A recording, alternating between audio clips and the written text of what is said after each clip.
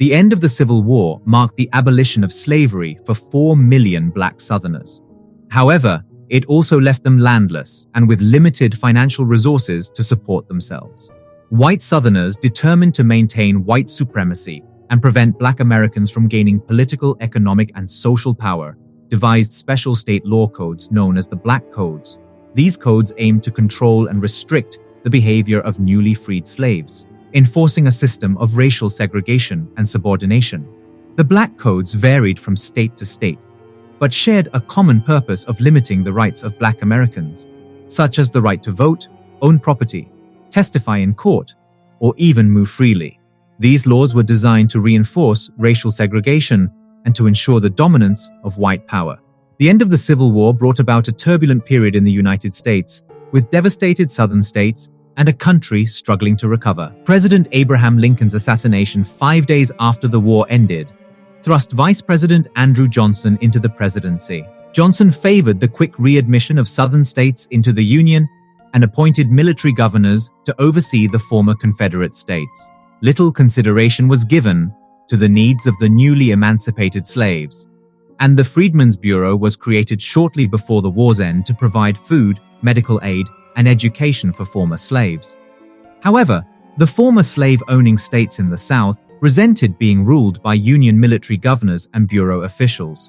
They sought to restore self-rule and held constitutional conventions that excluded black Americans from voting and participating in the framing of new state governments. State legislatures began passing laws that limited the freedoms of former slaves, denying them equal treatment and perpetuating racial inequality. The Black Codes were a set of laws specifically aimed at controlling the lives of black Americans. They restricted their rights to freedom and placed severe limitations on their ability to find work, own property, and live independently. Many black workers were forced to sign labor contracts heavily favoring their white employers, leading to exploitative working conditions akin to indentured servitude. Vagrancy laws were also used to criminalize unemployment or the inability to prove employment, resulting in the arrest and incarceration of thousands of black Americans. Many of these prisoners were leased out as cheap labor to private companies, effectively creating a new form of slavery. The Black Codes further prohibited black Americans from owning firearms, serving on juries, and imposed harsh penalties for minor offenses, such as loitering or insulting gestures. The enactment of the Black Codes in Mississippi and South Carolina triggered outrage among many Northerners who accused Southern whites of attempting to restore slavery. Congress refused to seat Southerners elected under the new state constitutions, and a special congressional committee investigated the situation. The Union military governors and the Freedmen's Bureau declared the Black Codes invalid, fearing that their self-rule was in jeopardy. The two states revised their codes, but similar laws were enacted in most former Confederate states. Reconstruction efforts, such as the passage of the 14th Amendment and the election of a new Congress hostile to the South, brought some progress in guaranteeing the rights of black Americans. However, Reconstruction was short-lived, and by 1877, it had effectively ended. The North lost interest in helping Southern blacks, and a more conservative consensus within the nation led to the resurgence of the Democratic Party and the growing acceptability of racist attitudes.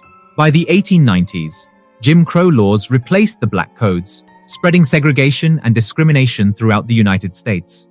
These laws enforced racial separation in public facilities, education, housing, and various other aspects of daily life. African Americans faced violence, lynchings, and racial riots, leading to a significant migration of educated black individuals to the North, known as the Great Migration.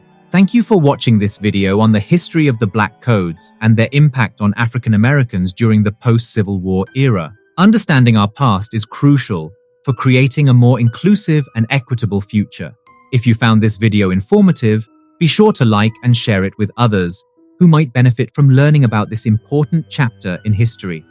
Don't forget to subscribe to our channel for more insightful content.